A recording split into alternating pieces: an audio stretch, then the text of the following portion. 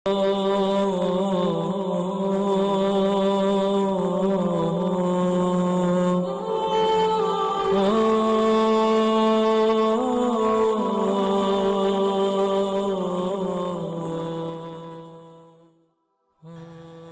باللہ من الشیطان الرجیم بسم اللہ الرحمن الرحیم۔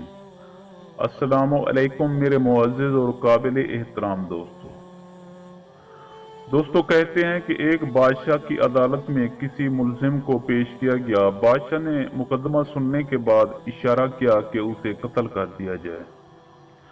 بادشاہ کے حکم پر پیادے اسے قتل گاہ کی طرف لے چلے تو اس نے بادشاہ کو برا بھلا کہنا شروع کر دیا۔ کسی شخص کے لیے بڑی سے بڑی سزا یہی ہو سکتی ہے کہ اسے قتل کر دیا جائے، اور چونکہ اس شخص کو یہ سزا سنائی جا چکی تھی اس لیے اس کے دل میں کسی قسم کا کوئی خوف نہیں تھا۔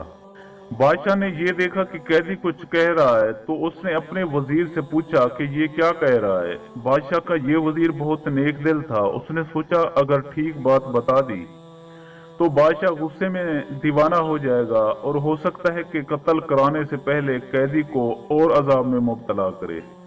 اس نے جواب دیا کہ جناب یہ کہہ رہا ہے کہ اللہ پاک ان لوگوں کو پسند کرتا ہے جو غصے کو ضبط کر لیتے ہیں اور لوگوں کے ساتھ بھلائی کرتے ہیں۔ وزیر کی بات سن کر بادشاہ مسکرایا اور اس نے حکم دیا کہ اس شخص کو آزاد کر دیا جائے۔ بادشاہ کا ایک اور وزیر پہلے وزیر کا مخالف اور تنگ دل تھا۔ وہ خیرخواہی جتانے کے انداز میں بولا کہ یہ بات ہرگز مناسب نہیں کہ کسی بادشاہ کے وزیر اسے دھوکے میں رکھیں اور سچ کے سوا کچھ اور زبان پر لائیں، اور سچ یہ ہے کہ قیدی حضور کی شان میں گستاخی کر رہا تھا، غصہ ضبط کرنے اور بھلائی سے پیش آنے کی بات نہ کر رہا تھا۔ وزیر کی یہ بات سن کر نیک دل بادشاہ نے کہا کہ اے وزیر، تیرے اس سچ سے جس کی بنیاد بغض اور کینے پر ہے، تیرے بھائی کی غلط بیانی بہتر ہے کہ اس سے ایک شخص کی جان بچ گئی۔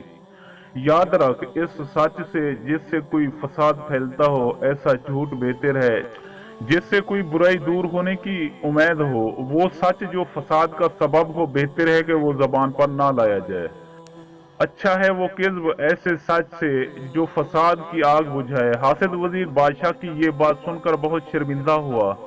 بادشاہ نے قیدی کو آزاد کر دینے کا فیصلہ بحال رکھا اور اپنے وزیروں کو نصیحت کی کہ بادشاہ ہمیشہ اپنے وزیروں کے مشورے پر عمل کرتے ہیں۔ وزیروں کا فرض ہے کہ وہ ایسی کوئی بات زبان سے نہ نکالیں جس میں کوئی بھلائی نہ ہو۔ اس نے مزید کہا کہ یہ دنیاوی زندگی بہرحال ختم ہونے والی ہے، کوئی بادشاہ ہو یا فقیر، سب کا انجام موت ہے۔ اس بات سے کوئی فرق نہیں پڑتا کہ کسی شخص کی روح تخت پر قبض کی جائے اور کسی کی فرش خاک پر۔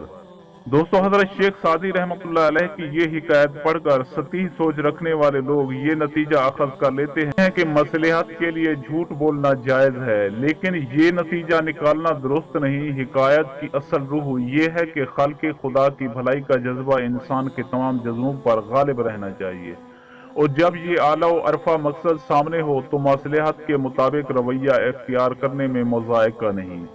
جیسے جراح کو یہ اجازت ہے کہ فاسد مواد خارج کرنے کے لیے اپنا نشتر استعمال کرے، کسی انسان کے جسم کو نشتر سے کاٹنا بذات خود کوئی اچھی بات ہرگز نہیں ہے، لیکن جب جراح یہ عمل کرتا ہے تو اسے اس کی قابلیت سمجھا جاتا ہے۔ دوستو، میں امید کرتا ہوں کہ آپ کو میری یہ ویڈیو اچھی لگی ہو۔ اگر آپ کو میری یہ ویڈیو اچھی لگے تو پلیز آپ میرے چینل کو سبسکرائب اور اس ویڈیو کو لائک ضرور کیجیے، اور اپنی قیمتی آراء کا اظہار نیچے کمنٹ سیکشن میں کرنا مت بھولیے۔ شکریہ، خدا حافظ۔